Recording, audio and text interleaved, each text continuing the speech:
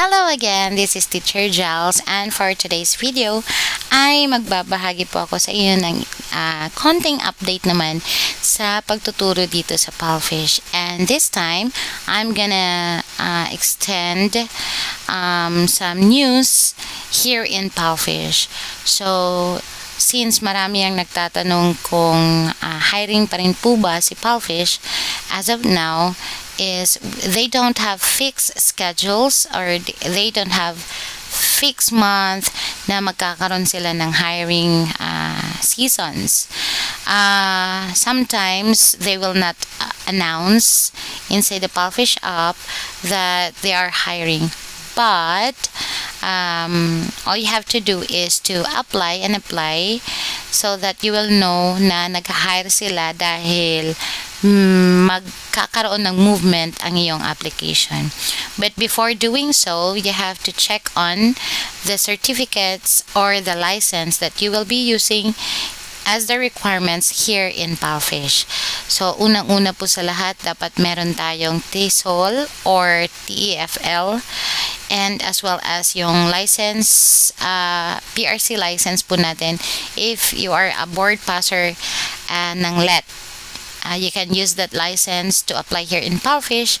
But if wala naman po kayong PRC license, you can use the TEFL or TESOL certificate, either the two. Just choose one. And then you have to secure also a device, which is the phone.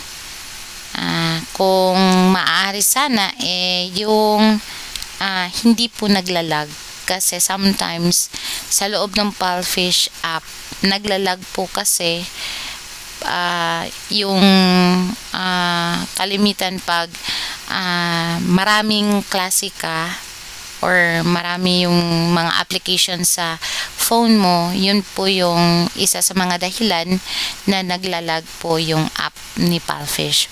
And then you have also to secure a headphone like this or a noise cancelling headphones, kasi napakalaking tulong to sa atin during sa ating pagtuturo dahil nami-minimize po niya yung ingay sa labas. Kasi dito din po sa amin meron kaming alagang aso, and at the same time meron ding mga alagang aso yung mga kapitbahay namin, which can cause ingay while I am having a class. So palagi ko lang pong hawak-hawak to. This is my control while having a class. Pag nagsasalita ako, dapat naka red light yan. Pero pag nagmumute, nagiging ganito. So, yun yung palatandaan na nakamute yung headphone natin. So, kahit na mag-ingay ka dyan, tahol-tahol na yung mga aso at maraming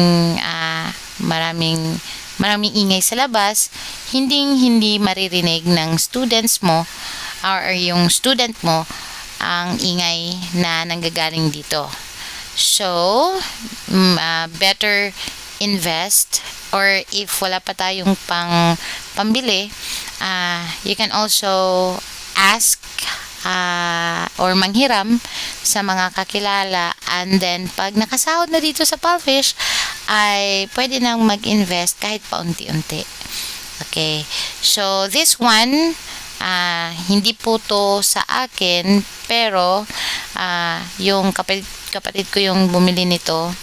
Nangyari kasi nagpunta kami sa isang computer shop, and then nagtitingin-tingin ako, and that time I was not able, or I was not teaching again here in Palfish, kasi as you can see in my previous videos, nag-stop ako magturo sa Palfish, and then bago lang ako, last August lang ako na launch ulit dito sa Palfish. So yung unang account ko is dinilit ko and then nag-apply ulit ako ng bago. So, ang ginamit ko, bagong number naman at bagong bago lahat, bagong account.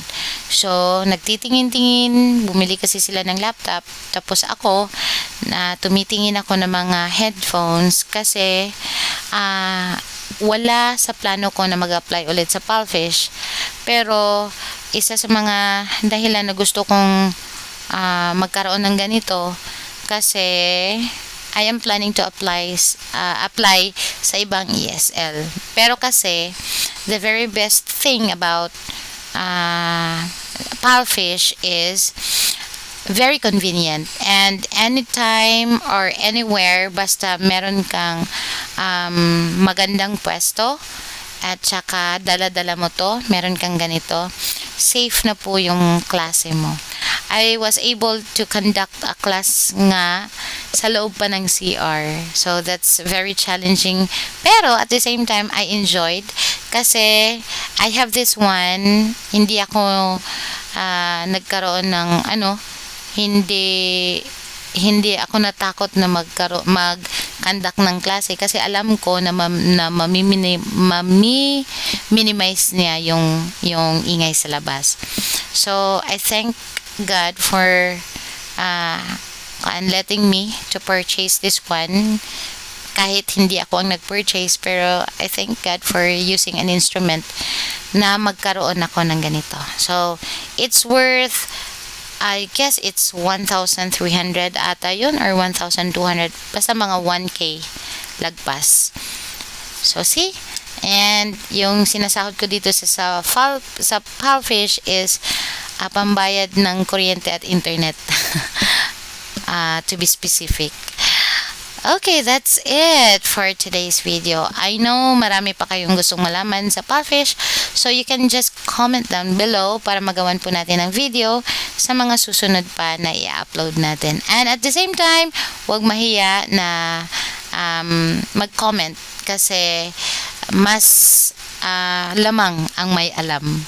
So, thank you so much, Palfishers. Thank you so much sa aking mga viewers. And I hope to see you again, guys, on my next video. Bye-bye!